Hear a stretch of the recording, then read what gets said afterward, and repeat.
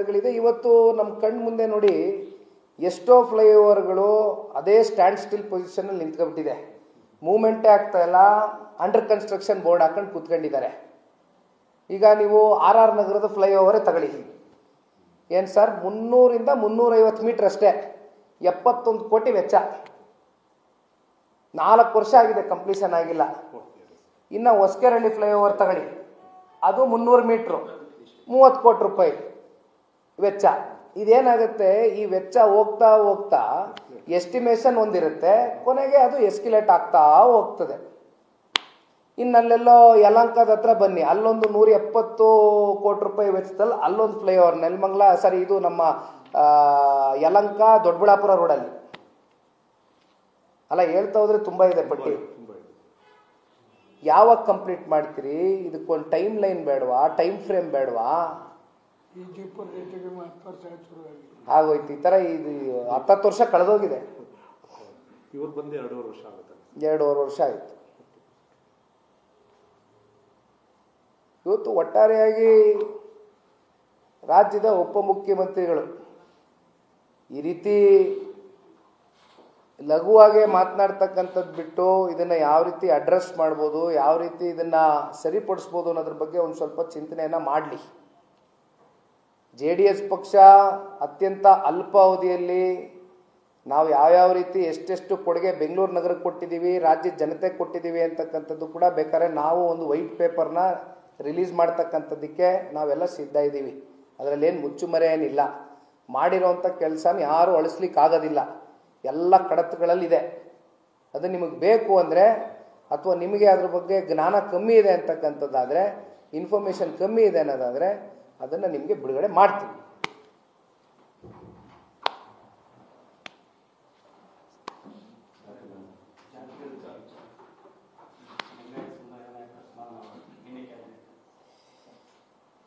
ಜಾತಿ ಗಣತಿ ವಿಚಾರ ಇವತ್ತಿಂದ ಅಲ್ಲ, ಕಳೆದ 10 ವರ್ಷದಿಂದ ಜಾತಿ ಗಣತಿ ವಿಚಾರ ಚರ್ಚೆ ಅವಾಗ ಹುಟ್ಕೋತಾ ಇದೆ.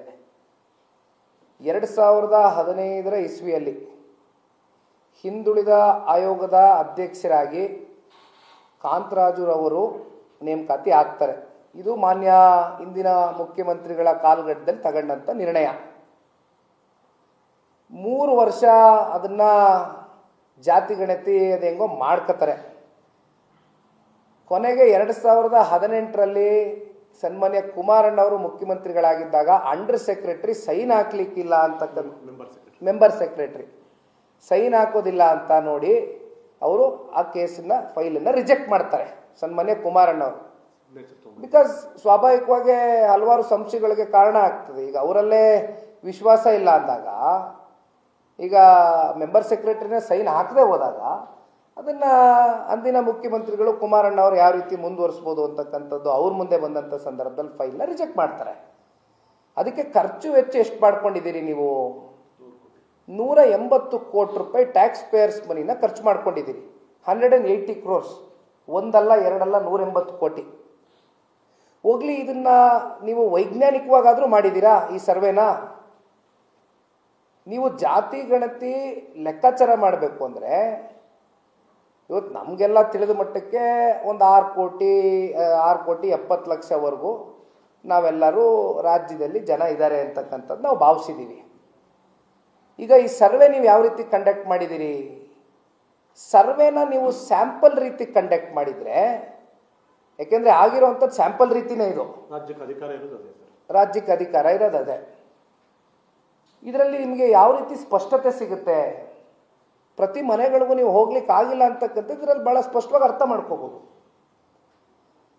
ಆಮೇಲೆ ಈಗ ಈ ಜಾತಿ ಗಣತಿನ ಬಹಳ ತರಾತುರಿಯಲ್ಲಿ ಏನೋ ಒಂದು ಮಾಡ್ಬಿಡ್ಬೇಕು ಈ ಕೂಡಲೇ ಅಂತಕ್ಕಂಥದ್ದು ಕೆಲವೊಂದಷ್ಟು ರಾಜಕೀಯವಾದಂಥ ಒಂದಷ್ಟು ಲೆಕ್ಕಾಚಾರಗಳನ್ನ ಇಟ್ಕೊಂಡು ಏನು ಹೊರಟಿದ್ದಾರೆ. ಇವತ್ತು ನಾನೊಬ್ಬ ಯುವಕ ಆಗಿ ಹೇಳ್ತೀನಿ ರೀ, ಜಾತಿ ಅಂತಕ್ಕಂಥದ್ದು ಇದು ಪ್ರಮುಖವಾದಂಥ ಅಂಶ ಅಲ್ಲ ಮನುಷ್ಯನಿಗೆ. ಜಾತಿನೇ ಮುಂದಿಟ್ಕೊಂಡು ನಾವು ಜೀವನ ಮಾಡ್ಲಿಕ್ಕೆ ಆಗೋದಿಲ್ಲ. ಈಗ ಹೊಸದಾಗೆ 331 ಹೊಸ ಜಾತಿಗಳನ್ನ, ಇಲ್ಲದೆ ಇರ್ತಕ್ಕಂಥ ಜಾತಿಗಳನ್ನ ಸೃಷ್ಟಿ ಮಾಡ್ತಕ್ಕಂಥ ವ್ಯವಸ್ಥಿತವಾದಂಥ ಸಂಚು ನಡೀತಾ ಇದೆ. ಯಾತಕ್ಕೆ? ನಿಮ್ಮ ರಾಜಕೀಯದ ಲಾಭಕ್ಕೋಸ್ಕರ 331 ಹೊಸ ಜಾತಿಗಳು. ಆ ಜಾತಿಗಳು ಇಲ್ಲವೇ ಇಲ್ಲ, ಹೆಸರೇ ಕೇಳಿಲ್ಲ, ನೀವೇ ಸೃಷ್ಟಿ ಮಾಡ್ತಾ ಇದ್ದೀರಿ. ಏನು ಇದರಿಂದಿನ ಉದ್ದೇಶ ಏನು? ನಿಮ್ಮ ಮುಂದಿನ ರಾಜಕೀಯದ ಭವಿಷ್ಯಕ್ಕೋಸ್ಕರ. ಈ ಜಾತಿ ಗಣತಿ ಆಗಬೇಕಾಗಿರ್ತಕ್ಕಂಥದ್ದೇನು? ಅಂತಿಮವಾಗಿ ಇಲ್ಲಿ ಆಗಬೇಕಾಗಿರುವಂಥದ್ದೇನು? ಯಾರು ಕಟ್ಟಕಡೆಯ ವ್ಯಕ್ತಿ ಇರ್ತಾನೆ ಸಮಾಜದಲ್ಲಿ,